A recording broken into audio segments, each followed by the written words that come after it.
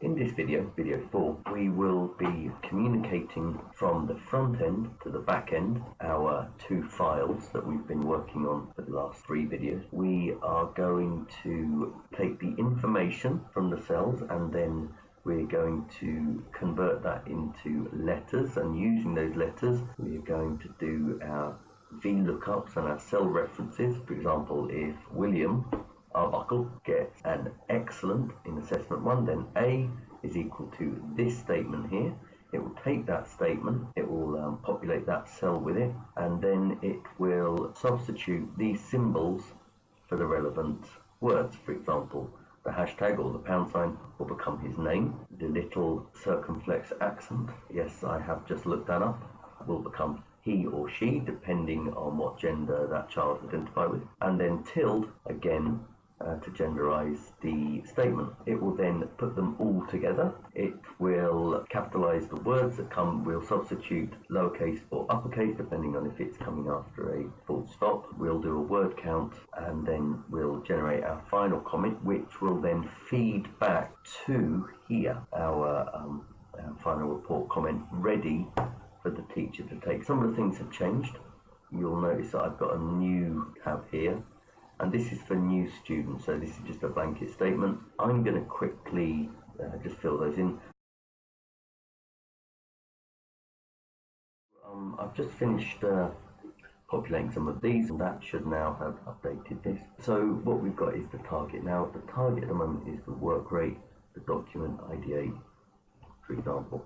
And if I go to unit 1 or 2, you can see that work rate is actually a W and ID8 is an I. So I'm going to convert these words into the first letter.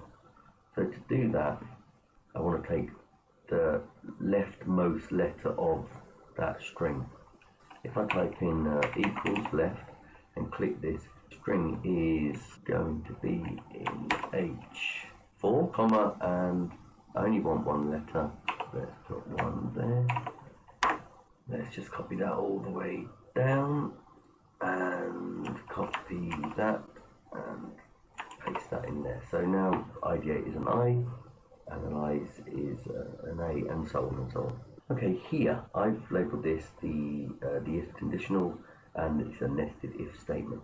So what this means is, in this box, if this is unit 1, I want the introduction. I want this introduction there. If, however, it is unit 2, I obviously want that introduction. This is going to be the beginning of my report. And if it's a new student, I want this and only this until the end. So I need to do my S in here, and we're going to say the conditions, and we already know the conditions. So if that is equal to the string of unit 1, then I want you to display that there. Now remember that as we go down, C3 will then become C4, C5, C6. So even though everything is looking really cool at the moment, I actually want to put that $sign in there. What does that look like? So that's quite good, but at the moment that's just if that. Well, what if it's if 2? Well, I haven't actually added a different conditional yet. So let's continue with this. Okay, well, put another comma in there. Now the comma is going to move it conditional 2. So if E4 is equal to unit 2, comma, now we're moving into the separate one, then I want to get that $sign in there. If on my third condition E4 is equal to the string new student, then I want to go here and click that, and because I'm clicking it, it's actually populating the address itself. Let's enter. Now let's test. This one is unit 1, this one is unit 2. So must make sure we put the $sign in. We're making sure that this works down the line. Okay, so we know that's working. So what I'm going to ask this cell to do now is have a look at this project. If it's unit 1, I want it to read this value and do a vertical lookup here. for example, if it's Unit 1, it will go to Unit 1 tab, look through these, say, okay, that's excellent, and then give me this value and put it back into here. And if it's Unit 2, I want it to look here and look at this value. So we've got an if statement, and we've also got Vlookup as well. So again, we've got multiple formulas, so I'm going to need to put an array in there. So we'll do the array formula, and then the first one is if that first condition is E4 equals the string unit 1, comma to move it on, then I want a Vlookup. Okay, so here we go, search key. Well, the search key is there. I push comma to move it on. Well, the range is going to be, well, unit 1, so come here, and the range is there. Press comma. The index is the second. Press comma, and it's not sorted, so we're going to actually write false, and then we're going to press enter. Okay, so that's excellent, and that says excellent. So if I go into my front end and just change that to approaching, and we should be able to see, okay, with assistance, and let's have a look, and with assistance, so we know that's working. A few little mistakes here. E4, I'll tell you what, let's copy that and paste it. Okay, sorry, let's copy that and paste it again. I want to keep this completely stable. I'm going to actually put the $sign here as well, so it's always going to be looking down that column for this value. So I'm just going to delete that there and delete that there, and we've still got this, and now we're starting to lock things in.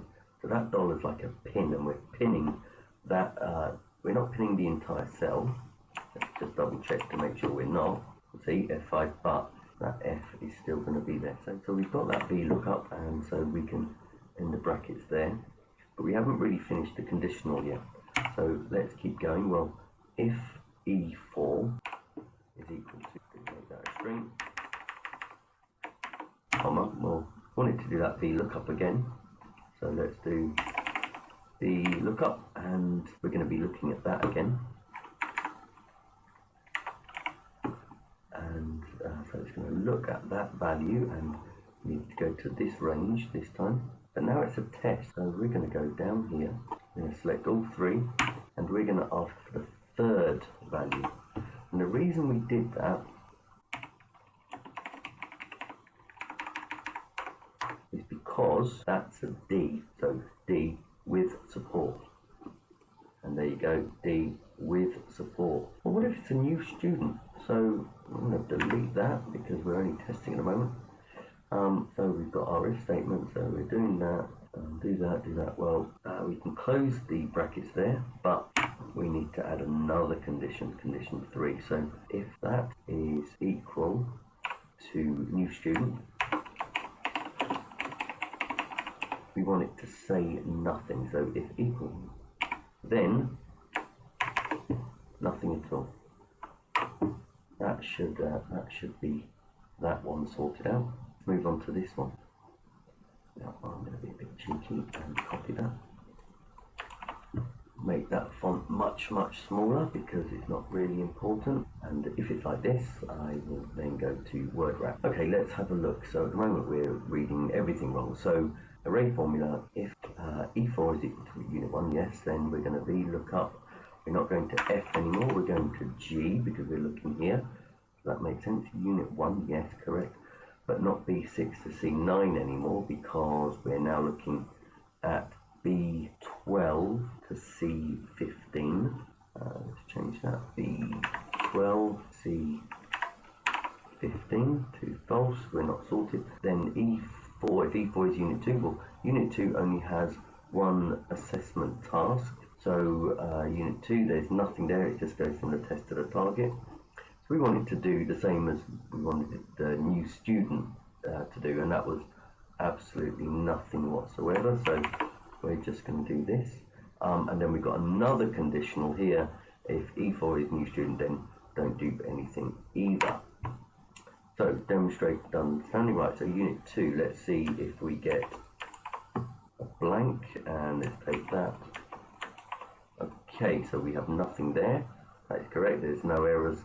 So everything seems to be working at the moment. So let's delete those. Now we're going to add the target sequence exactly the same as this one here. So instead of looking here, we're just going to look here. So I'm going to take that, and I'm going to put it in there. Be a bit cheeky again, save a bit of time. So if you see what happened there, it moves across, doesn't it? So if E4 is equal to unit 1, then that's great, but I want you now to look at this target here. So K. So now I want you to look at K4, which is here. We're going to go to unit 1. Yep, and we're going to change that range. A18 to C22.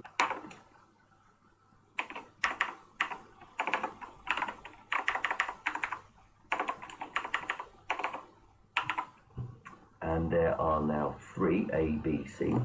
There are 3 of those. So we're taking it from the third one. And if E4 is actually unit 2, well, we actually wanted to do something this time, so we want to go to that target there, which is unit 2. We're going to do a Vlookup, so let's copy that whole thing there. Copy, move those this time. So K4, this time we're going to go to unit 2, and we're looking at A12 to C16. 12 to C16, and again A, B, C. There are 3, and we're taking the third, and they're not sorted. And if it's a new student, then we're not doing anything. Okay, 2 further progress. That sounds like a next step in learning to me. So it's definitely looking at something. Let's have a look here. So it's advanced and encouraged to conduct wider research. So seems to be working here too. And we'll just delete that. So what we're going to do now is we're going to start putting them all together. And to add them all together, quite simple, we just need to do the formula of adding this one, and this one, and this one, and this one. So if we equals that one, that one, that one, that one.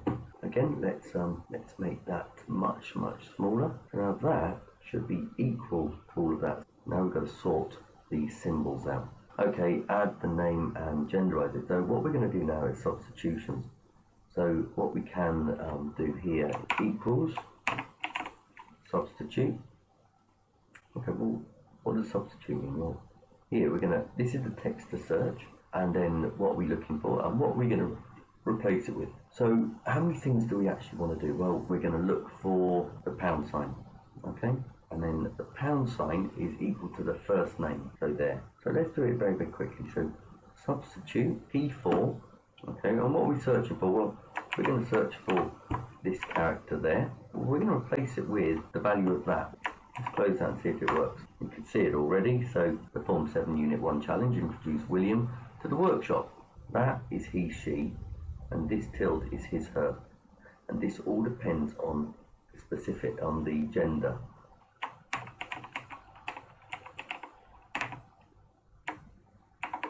We will look for the little hat. If we find that, what do we do? Well, if C4 is male, then we want he. Else, your she. In this case, just for communication, makes life a lot easier. And that's the only reason we're doing this. Okay, so if we check this one now, wherever we saw the little hat should say he, because William has identified as a male. Okay, so that's pretty cool. And now we're just going to go straight into the next one. Asterisk is equal to male.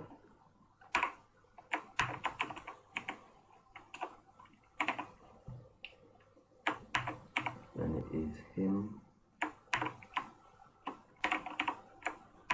Otherwise, it is her.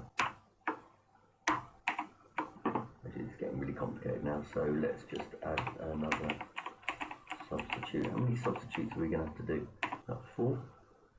One more substitute. Okay, so let's do the last one, and this one is tilde.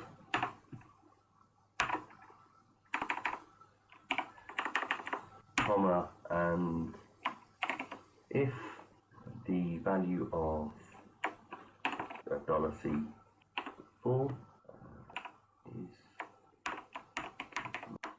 then it is going to be a his or her.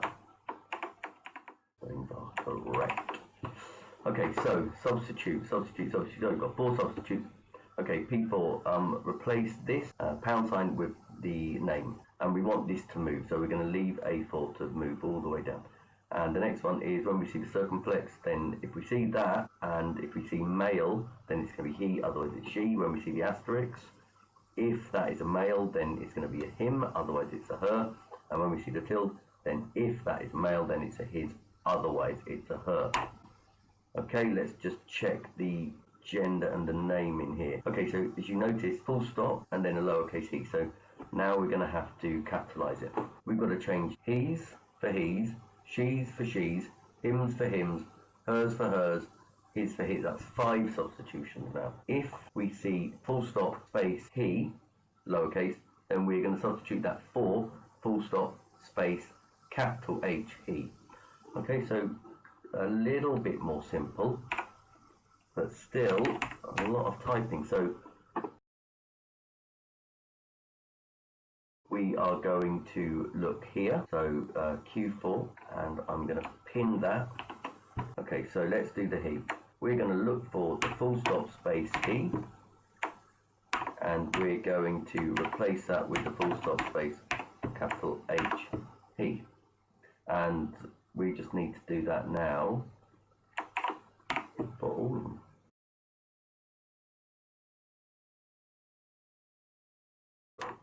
Word wrap that so we can see. Okay, so let's have a look. Full stop space he, it's not a word count, we're going to do a character count, so equals len, so the length of the string in there, and we can align all that. And then this one here, which is the final comment, this one is simply equal to, make these nice and small because I've got my final comment, so let's get those down to 6. I think we can turn that down to 6 as well. That just saves a bit of space. And now let's see. Oh, look, a little mistake there. Can you see? So they would change. So I'm going to pin those in place. Okay, so let's copy, let's paste. So unit 1, unit 2. Copy that one, paste that one. Nothing. Because I said that if it was unit 2, then don't do anything. Let's do, so that's in there. Let's check this one out. So copy and paste that. F5 there. So that was because I shifted it across, so that would be a bit silly. So we need to quickly change that. This is just standard debugging now. So we'll take that and drop that down. Okay, they all work. We're going to take it down to new student. Okay, they're blank. That's okay. We're going to copy this one down to the same level. Good. And everything should work as long as you don't get that NA in there. Okay, so if we go back to the report front end, I've got my new student here, Stanley, he, and that is just a very short comment just to go to the parents to let them know. And this is how easy it is now to change. Okay, didn't do too well in unit 1, let's change that to unit 2, give it a bit of time, and you will see that this one now updates. Okay, and that's pretty cool because that to a teacher just needing to put their reports in, this is now updating. You don't need to worry anything. Let's say, oh, they did much better, they got 100%. That changed, that changed. Does this change? There you go, and that's changed as well. So it's a bit complicated to get started, and there are other things on the market, but we're finding it working very well. So I hope that has helped, and I apologise for it being so long-winded.